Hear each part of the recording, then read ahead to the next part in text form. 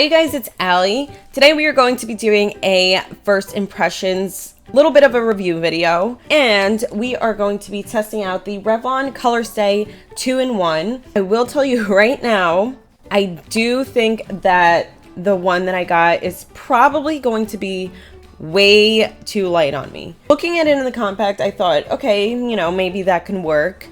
But when I went to look online to see what other shades they had, because when I went, of course, they only had a select few. This is like the second to lightest color.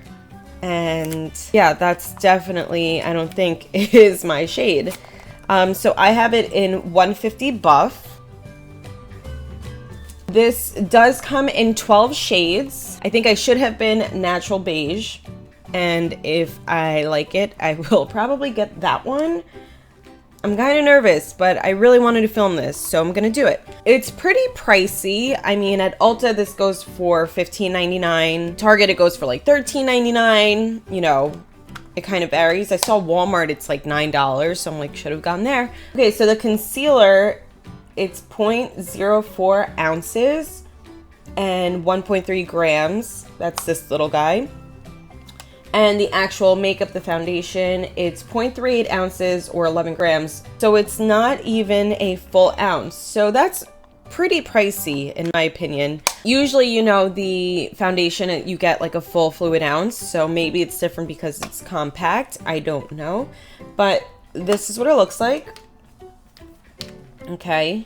And then you have the concealer right here and the foundation right there. When I do a first impression / review video, I really don't like to use primers, and I try not to set it depending on how light this is. I don't know why I'm so nervous, but I might set it with like a darker shade if necessary. It comes with a little sponge and a mirror. So that's pretty cool. This sponge actually feels pretty good. So let me try first with the sponge. Okay, so let's see. Let's see what this little guy does. It's probably gonna look like a freaking mess is what it's gonna be. Really creamy formula. Let's see. Hello.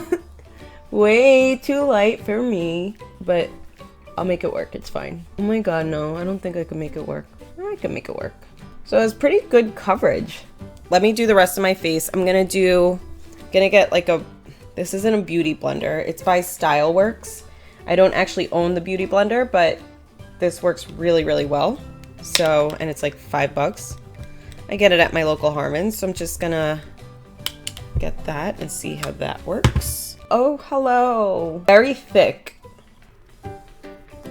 I look so dumb right now, but I got it. Don't worry. The sponge that it came with wasn't bad, but it's so tiny.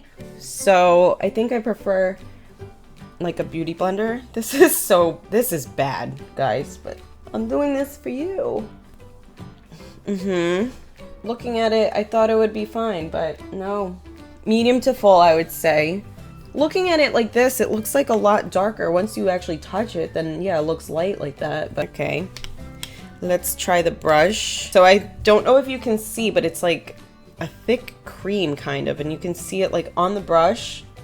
It kind of separated, and yeah, I think I will prefer the makeup sponge, but buff that out.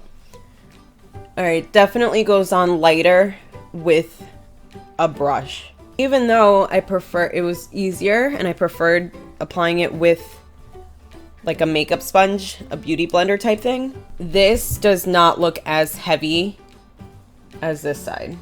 I'm just taking this brush and like just buffing everything out. Now that I have my ghostly face on, okay, it's not that terrible. It's pretty bad, but in person, I think I can get away with it. I don't know if like the reflection from the light is making it a little bit more extreme. It definitely like accentuates any fine line, and my skin looks dry. I don't know what this is. I have like a line right here on my nose and it's not going away. No. Do you see that? Like you can see all my fine lines, all the texture. You can see everything. Off the bat, I guess I would use like a hydrating primer, maybe. Let's do the concealer. So I'm just gonna take the tip of this, actually not picking up a lot, but let's put that under my eyes. So it's not the same shade. It is like a little bit lighter, so you can use it, I guess, to brighten up your under eye area. It's not really going on. I don't think this is a good idea, but I'm gonna take this little stippling brush instead. Doesn't really go on that easily, to be honest. I'm using my fingers. Screw it. Okay. Doesn't look this bad in person, I promise. Maybe it does. Maybe I'm just trying to make myself feel better. You cannot have any facial expressions because you're gonna see everything. Maybe I'm just getting old, guys. Kind of having a quarter life crisis. That's besides the point. Let me actually shut the light off and see. Okay, so I shut the light off. Maybe you guys can see it doesn't look that terrible once the light is off. It still looks pretty bad though. I'm gonna put the rest of my makeup on. All right, if you're applying stuff over this, you really need to like blend and buff it out. All good. All good. Girl, you got this. Okay, I went ahead and put the rest of my makeup on. I really don't think it looks that bad. I think the shade is throwing everything off. If I had like a couple of shades deeper, I think it would be fine, but I think the bronzer helped out. The only thing I can notice right now is that my skin looks very dry. It's also difficult, not difficult, but once you put something over it, you really have to take the time to blend it out because it kind of just stays on there, which could be good because that could mean that everything will stay put. 10:43 right now, I have to go. I'm gonna let you guys know what I think later on, okay? Okay, so it is 4:30 right now, so 10, 11, 12, 1, 2, 3, 4. I've had the foundation on for 6 hours. Now, excuse me, because I think I'm sick. I woke up this morning and I filmed, and I did sound or feel like a little congested, but in case you were wondering, that's just normally how I am in the morning, like a little stuffed up. Figured it would kind of go away, but it's gotten worse, and I've had like sneezing attacks. So thankfully I'm finished with my workday and I did what I had to do for the most part, but I'm kind of checking out right now.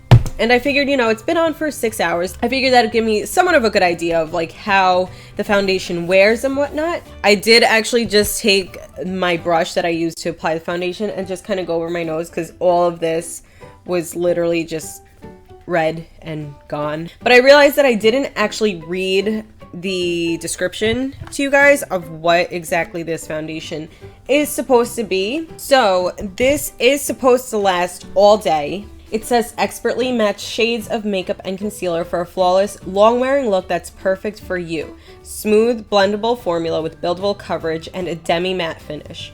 Compact includes a unique applicator for precise application and a mirror for touch-ups on the go. Choose your match. Okay. It does say that it's sweat resistant also, and it's buildable.